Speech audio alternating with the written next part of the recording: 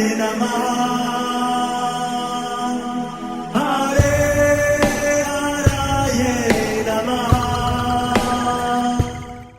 हरे कृष्णा। आज हम भगवद गीता अध्याय 11 श्लोक नंबर 17 और 18 सीखेंगे। चलिए शुरू करते हैं। किरीटिनं गदिनं चक्रिणं च तेजो राशिं सर्वतो दीप्तिमन्तं पश्यामि त्वां दुर्निरीक्षं समन्तात् दीप्तानलार्कद्युतिम् अप्रमेयम्। अब हम इसे धीरे धीरे बोलकर समझते हैं। किरीटिनं गदिनं चक्रिणं च तेजो राशिं सर्वतो दीप्तिमन्तं पश्यामि त्वां दुर्निरीक्ष्यं समन्तात् दीप्तनालार्क द्युतिम् अप्रमेयम्। अब हम इसे फिर से गाते हैं।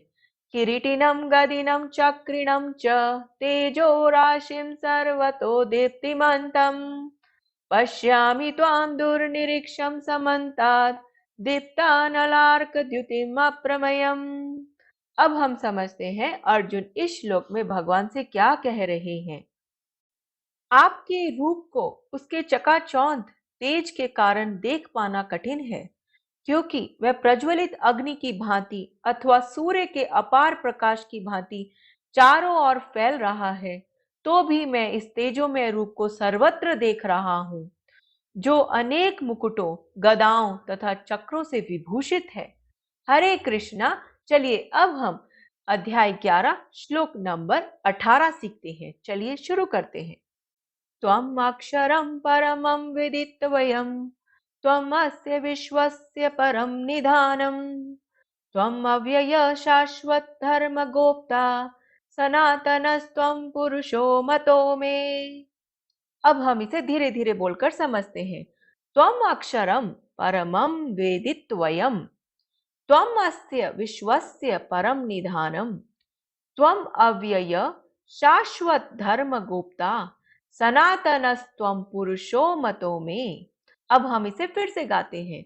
त्वम् अक्षरं परमं वेदितव्यं त्वमस्य विश्वस्य परं निधानम् त्वम् अव्यय शाश्वत धर्मगोप्ता सनातनस्त्वं पुरुषो मतो मे। अब हम समझते हैं अर्जुन इस श्लोक में भगवान से क्या कह रहे हैं। आप परम आद्य ज्ञेय वस्तु हैं। आप इस ब्रह्मांड के परम आधार आश्रय हैं। आप अव्यय तथा पुराण पुरुष हैं। आप सनातन धर्म के पालक भगवान हैं। यही मेरा मत है। हरे कृष्णा। चलिए अब हम महाप्रेम प्रभु जी से इस श्लोक के बारे में और अच्छे से समझते हैं। हरे कृष्णा जी। तो ये दो श्लोकों में अर्जुन भगवान श्री कृष्ण के जो रूप है उनका वर्णन कर रहे हैं और वहाँ बोलते हैं, हे भगवान, आपका तेज इतना अधिक है कि उनको देख पाना बहुत कठिन है। यहाँ पर एक शब्द आया दुर्निरीक्षेयम। भगवान के रूप को देख पाना बहुत कठिन है, पर फिर भी मैं देख पा रहा हूँ। क्यों देख पा रहे हैं? क्योंकि भगवान श्री कृष्ण की कृपा से उनको दिव्य चक्षु, दिव्य नेत्र प्राप्त हुए। तो जब हम भगवान को देखना चाहते हैं तो हम अपने सामर्थ्य से कभी नहीं देख सकते। हमको भगवान के और भगवान के भक्तों की कृपा चाहिए। फिर कई लोग बोलते हैं, कई गुरु बोलेंगे, अरे भगवान तो निराकार है, सब जगह पर है, उनको कोई देख नहीं सकता क्योंकि उनका कोई रूप नहीं है। तो ये ऐसे विद्यार्थी है जिनको अधूरा ज्ञान है। ये ऐसा ही है जैसे एक गुरु के 3 शिष्य जो होते हैं गांव में रहते हैं। तो गुरु बोलता है, चलो मैं तुमको शहर में लेके जाके ट्रेन क्या होती है, रेलगाड़ी क्या होती है, वो मैं बताता हूँ। और तीनों शिष्यों को लेकर और वहाँ पहुँच गए। शहर में जो रेलवे स्टेशन है वहाँ पर पहुँच गए और अभी रेलगाड़ी के आने का इंतज़ार कर रहे हैं। शाम का समय है, धीमे धीमे रात हो चुकी है और दूर से एक लाइट दिखती है। तो पहला शिष्य बोलता है, क्या यह रेलगाड़ी, यह ट्रेन है? तो गुरु बोलता है हाँ, और वो भागा भागा चला जाता है बिना आगे सुने, और अपने गांव में पहुंच के बोलता है मैंने ट्रेन देखी है। तो बाकी लोग पूछते हैं ट्रेन कैसी थी?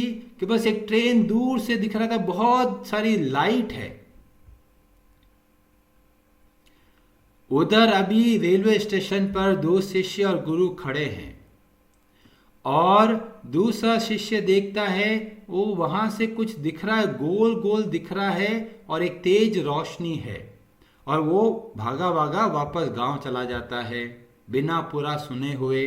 और वहां जाके बोलता है कि जो रेलगाड़ी है वो बहुत तीव्र प्रकाश है, पर एक गोलाकार कोई वस्तु है।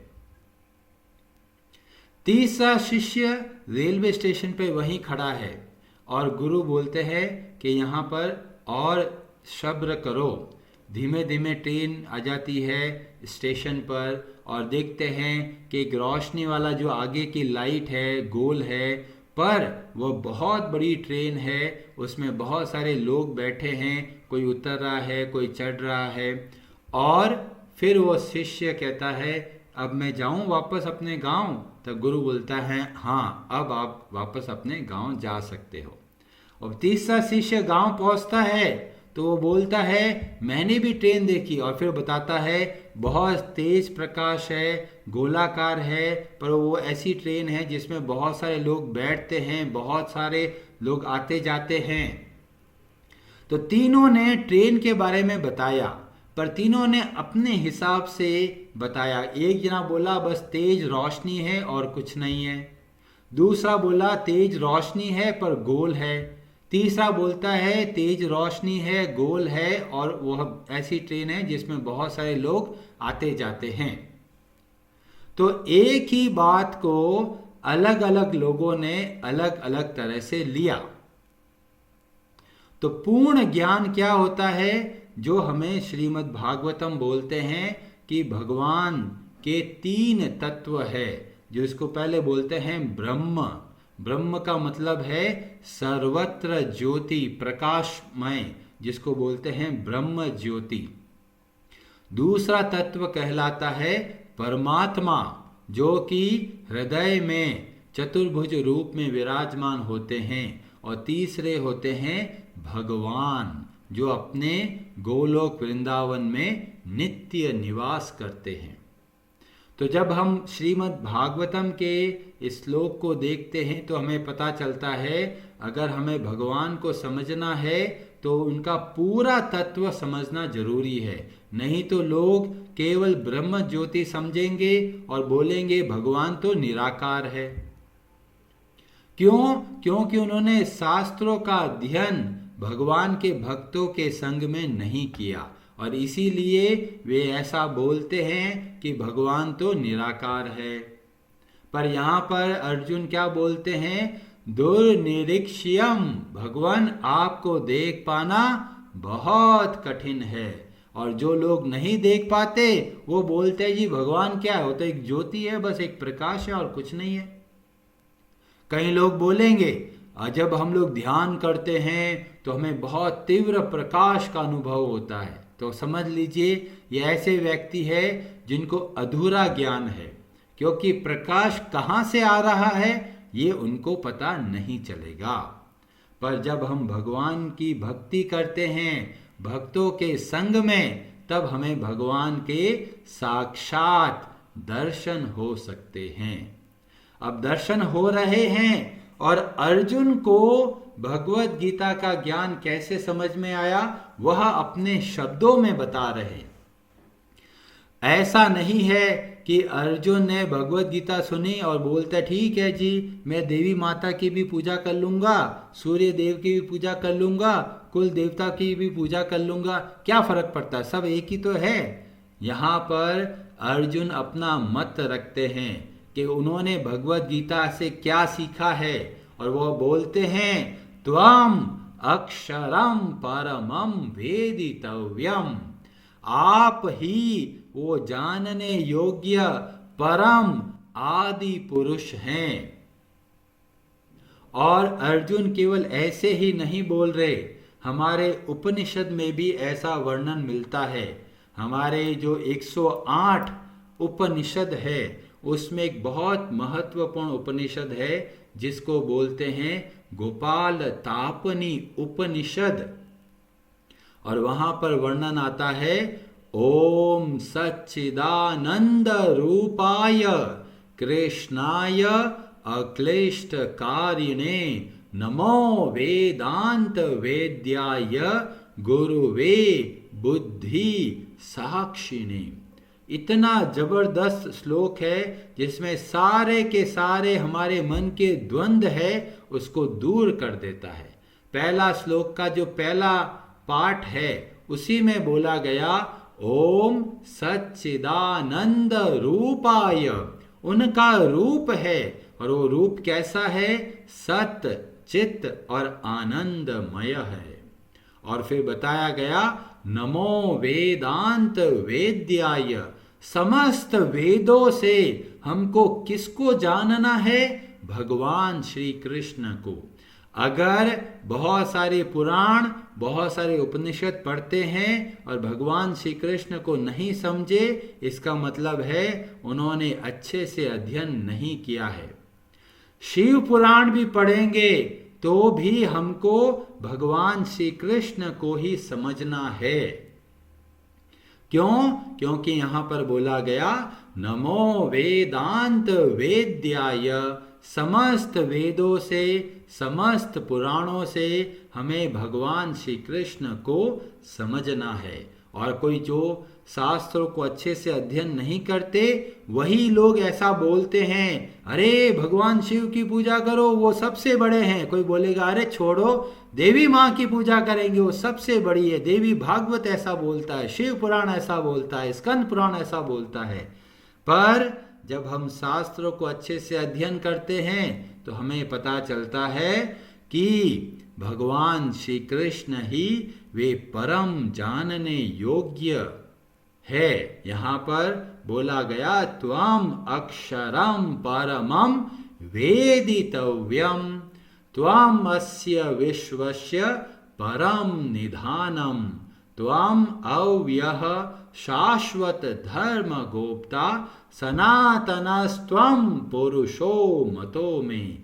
आप ही वे परम पुरुष हैं और ये मेरा मत है। मतलब ये मैंने भगवत गीता को सुना है उसके आधार पे मैं ऐसा बोल रहा हूं।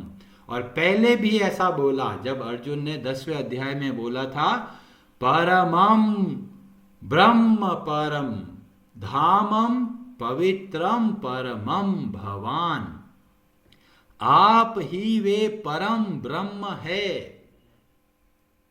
पर बहुत सारे लोग भगवत गीता को पढ़ते हैं पर समझ नहीं पाते, इसीलिए गलत गलत उल्टे सीधे अर्थ निकालते हैं।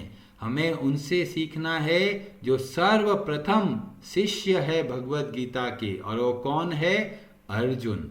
अर्जुन अपना मत रख रहे हैं कि मैंने इस भगवत गीता से क्या सीखा है, आपके दर्शन करने के बाद में मुझे क्या पता चला है, त्वम अक्षरम परमम वेदितव्यम।